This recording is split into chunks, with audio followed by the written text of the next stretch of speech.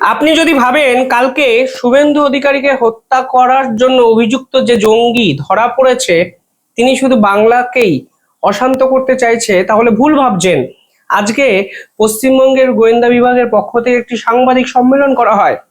সেখানে police officer যে তথ্য আমাদের সামনে তুলে ধরেছে তা এক কথায় ভয়ঙ্কর। তাদের টার্গেটের কেন্দ্রবিন্দুতে শুধু বাংলার মুখ্যমন্ত্রী শুভেন্দু অধিকারী ছিলেন না, তারা দিল্লির যন্তর মন্তরে গিয়ে পুলিশের পোশাকে ছাত্রদের উপরেও হামলা করতে চেয়েছিল এবং দিল্লি বিক্ষোভকে কাজে লাগিয়ে সরকার বিরোধী আন্দোলনকে আরো জোরদার করার পরিকল্পনা করা হয়েছিল এই ধরনের ঘটনা ঘটিয়ে। অর্থাৎ তাদের টার্গেটের কেন্দ্রবিন্দুতে ভারতবর্ষের মোদী সরকার, তা কিন্তু স্পষ্ট হয়ে গেছে আজকের এই সাংবাদিক সম্মেলনে। এক্স্যাক্টলি আজকে পুলিশ ইন্সপেক্টর কি বলেছেন এবং তার সঙ্গে জড়িত যে বান্ধবী অর্পিতা সরকার, তাকেও আজকে হেফাজতে নিয়েছে পুলিশ। সব মিলিয়ে তাকে কোন কাজে লাগানো হতো সেটাও কিন্তু অত্যন্ত ইন্টারেস্টিং। এই ভিডিওতে আমি সমস্ত কিছু সহজ ভাষায় আলোচনা করব, ভিডিওটি শেষ অবধি দেখবেন। আর যারা এই চ্যানেলটি দেখছেন তাদের ছোট্ট একটা অনুরোধ, দ্য ইন্ডিপেন্ডেন্ট নেটওয়ার্ক এই চ্যানেলটিকে একটু সাবস্ক্রাইব করে আমাদের পাশে থাকবেন। ভিডিওটি শেষ অবধি দেখবেন কারণ এই তথ্যগুলো সকলের জানা প্রয়োজন।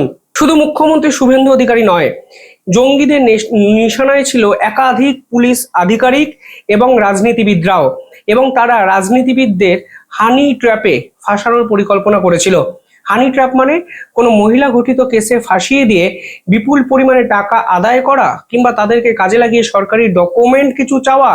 এক্স্যাক্টলি কি করতে চেয়েছিল আজকের দিনে দাঁড়িয়ে সেটাই কিন্তু সব থেকে বড় প্রশ্ন। দিল্লির যন্তর মন্তরে ছাত্র বিক্ষোভেও নাশকতার ছক কষা হয়েছিল পাকিস্তানের জঙ্গিদের পক্ষ থেকে। হামিম মন্ডল ও তার বান্ধবী অর্পিতা সরকারের গ্রেফতারির পরই আজকে সেই তদন্ত কিন্তু উঠে আসে। শনিবার বিকালে একটি সাংবাদিক সম্মেলন করা হয় স্পেশাল টাস্ক ফোর্স এর আইজি গৌরব শর্মার পক্ষ থেকে। তবে হামিম যন্তর মন্তরে গিয়েছিলেন কিনা এখনই সরকারিভাবে কিছু জানানো না হলেও তিনি পুলিশের উর্দি কেন জোগাড় করতে চেয়েছিলেন সেই প্রশ্ন কিন্তু আজকে গোয়েন্দাদের ভাবাচ্ছে। বর্ধমান থেকে যে জঙ্গিকে অ্যারেস্ট করা হয়েছে তিনি অ্যাকচুয়ালি শুধুমাত্র একা কাজ করতেন তা কিন্তু নয়, তিনি আস্তে আস্তে একটি গ্যাং ফর্ম করেছিলেন এবং এক্ষেত্রে তাকে সাহায্য করত তারই ঝাড়খণ্ডের সাহেবগঞ্জের বান্ধবী অর্পিতা। বর্ধমানের যে আদালতে কালকে শামীমকে তোলা হয়, প্রাথমিকভাবে 14 দিনের পুলিশি হেফাজতে নির্দেশ দেন বিচারক। অর্থাৎ এই 14 দিনে আমরা এমন অনেক কিছু জানতে পারি যেগুলো আমরা হয়তো স্বপ্নতেও কল্পনা করিনি। আমরা বুঝতে পারবো কিভাবে পাকিস্তানের পক্ষ থেকে পশ্চিমবঙ্গকে অশান্ত করার পরিকল্পনা করা হয়েছিল এবং গোটা ভারতকে কাঁপিয়ে দেওয়ার একটা চেষ্টা পাকিস্তানের পক্ষ থেকে করা হয়েছে এই সাজ্জাদ গোষ্ঠীর মাধ্যমে। মুখ্যমন্ত্রী শুভেন্দু অধিকারী যে জঙ্গিদের নিশানায় ছিলেন তা কিন্তু আমরা সকলেই জেনেছি, কিন্তু চমকে দেওয়ার বিষয় হলো শুধু মুখ্যমন্ত্রী নন, জঙ্গিদের নিশানায় ছিলেন একাধিক পুলিশ আধিকারিক ও রাজনীতিবিদরাও। প্রাথমিক তদন্তে কিন্তু প্রকাশ হয়ে যাচ্ছে যে তারা রাজনীতিবিদদের টার্গেট করে সরকার পতনের চেষ্টা কিন্তু করেছিল। অর্থাৎ এর পিছনে শুধুমাত্র পাকিস্তান আছে কিংবা বিদেশি অন্য কোনো শক্তি আছে সেটাও কিন্তু সব থেকে বড় প্রশ্ন। আইজি গৌরব সাহার একটি কোট, শর্মার একটি কোট আমি আপনাদের বলতে চাইছি, একদম দেখে বলছি যেন মিসকোট না হয়ে যায়। তিনি কি বলেছেন? তিনি বলেছেন কয়েকদিন ধরেই খবর আসছিল যে হাওড়ার এক সিনিয়র রাজনীতিবিদদের থেকে টাকা তোলার জন্য ছেলেকে হানি ট্র্যাপ করে অপহরণের পরিকল্পনা করা হচ্ছে। এর সঙ্গে একটি সংগঠন জড়িত ছিল। সেই সূত্র ধরেই সাহেবগঞ্জের একটি হ্যান্ডেল বা সোশ্যাল মিডিয়ার দিকে কিন্তু নজর যায়। সেই হ্যান্ডেলটি ছিল অর্পিতা সরকারের। অর্থাৎ মহিলাকে সামনে রেখে রাজনীতিবিদদের ছেলেকে ফাঁসাও, সেই ফাঁসানোর পর বিপুল পরিমাণে টাকা আদায় করো। সব মিলিয়ে এমন এক পরিকল্পনায় জঙ্গিরা করেছিল যা থেকে নিস্তার পাওয়া কিন্তু কার্যত অসম্ভব ছিল।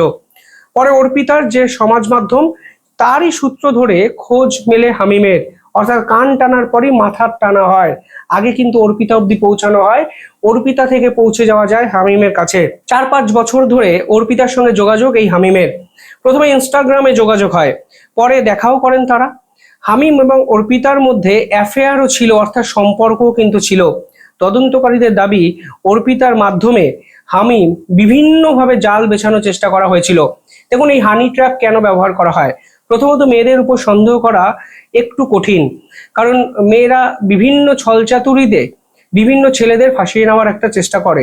হানি ট্র্যাপ কিন্তু সেই ফাঁসিয়ে নেওয়ারই একটি প্রক্রিয়া, ফলে খুব সাধারণভাবেই তাদের উপর সন্দেহ যায় না। এবং জঙ্গি নাশকতার সঙ্গে যদি কোনো মেয়ে জড়িয়ে থাকে, তাহলে সিকিউরিটি পার্সোনালরাও খুব সহজে মেয়েদেরকে জঙ্গি সন্দেহে অন্তত নজরে রাখবে না। ফলে এই অর্পিতাকে সামনে রেখে হামিম বৃহত্তর নেটওয়ার্ক কিন্তু তৈরি করা হয়েছে।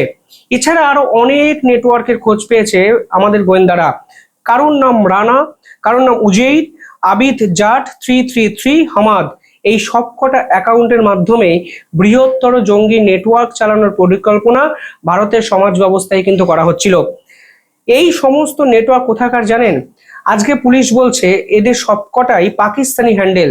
গত 2-3 মাস ধরে এই হ্যান্ডেলগুলোর সঙ্গে যোগাযোগ করতো হামিম। প্রথমে ইনস্টাগ্রামে ফলো করত, পরে হোয়াটসঅ্যাপ এবং টেলিগ্রামের মাধ্যমে যোগাযোগ করা হয়। তদন্তকারীদের এখন সব থেকে বড় সন্দেহ যে এই হ্যান্ডেলগুলোই পাকিস্তানি গ্যাংস্টার শাহজাদ ভাট্টির দুষ্কৃতী দলের সঙ্গে যুক্ত। এই শাহজাদ ভাট্টি কে? ইনি হলেন পুলওয়ামা হত্যাকাণ্ডের প্রধান অভিযুক্ত।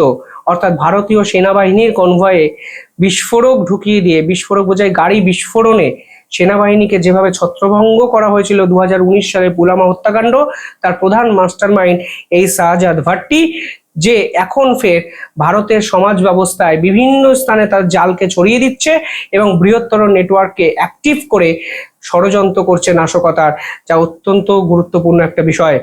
পাকিস্তান থেকে বিভিন্ন চ্যাট, যা এনক্রিপ্টেড চ্যাট, তা এখন উদ্ধার করার কাজ কিন্তু করা হচ্ছে। এবং আরো ইম্পর্টেন্ট বিষয় হলো, পাকিস্তানের মাধ্যমে যে চ্যাটগুলো হয়েছে সেগুলি সবই ব্রিটেন এবং মেক্সিকোর সিম কার্ডে। অর্থাৎ এক্ষেত্রে পশ্চিমা বিশ্বের ইনভলভমেন্টও কিন্তু জড়িয়ে যাচ্ছে। ফলে এই বিষয়টি শুধুমাত্র মুখ্যমন্ত্রীর উপর আক্রমণ করার চেষ্টা একটা পাড়ার পাতি গুন্ডা, সেই বিষয় কিন্তু নয়। এই এক আন্তর্জাতিক ষড়যন্ত্র।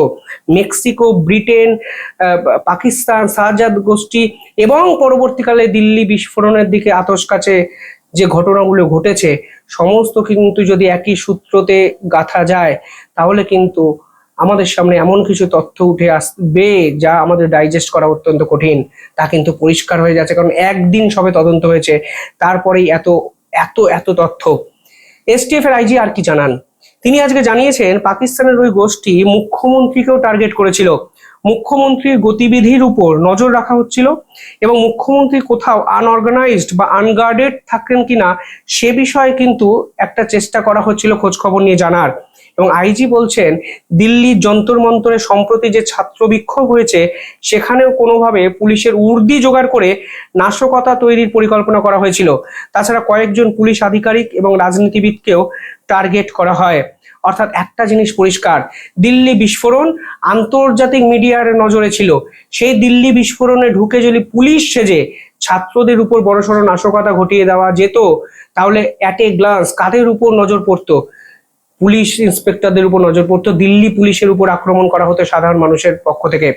সেই দিল্লি পুলিশকে যদি একটু আক্রমণ করার সুযোগ পাওয়া যেত, তাহলে সরাসরি সরকার বিরোধিতার আগুন চরম পর্যায়ে গিয়ে পৌঁছাতো এবং এই সুযোগটাই আন্তর্জাতিক শক্তিগুলো নিতে পারতো এবং বৃহত্তর অর্গানাইজড প্ল্যান তারা সাকসেসফুল যদি করতে পারতো, তাহলে কিন্তু বড়সড় পতন সরকারের কিন্তু তৈরি করার একটা চেষ্টা করা হতো পাকিস্তানের পক্ষ থেকে। অর্থাৎ সব মিলিয়ে ভয়াবহ এক পরিকল্পনা।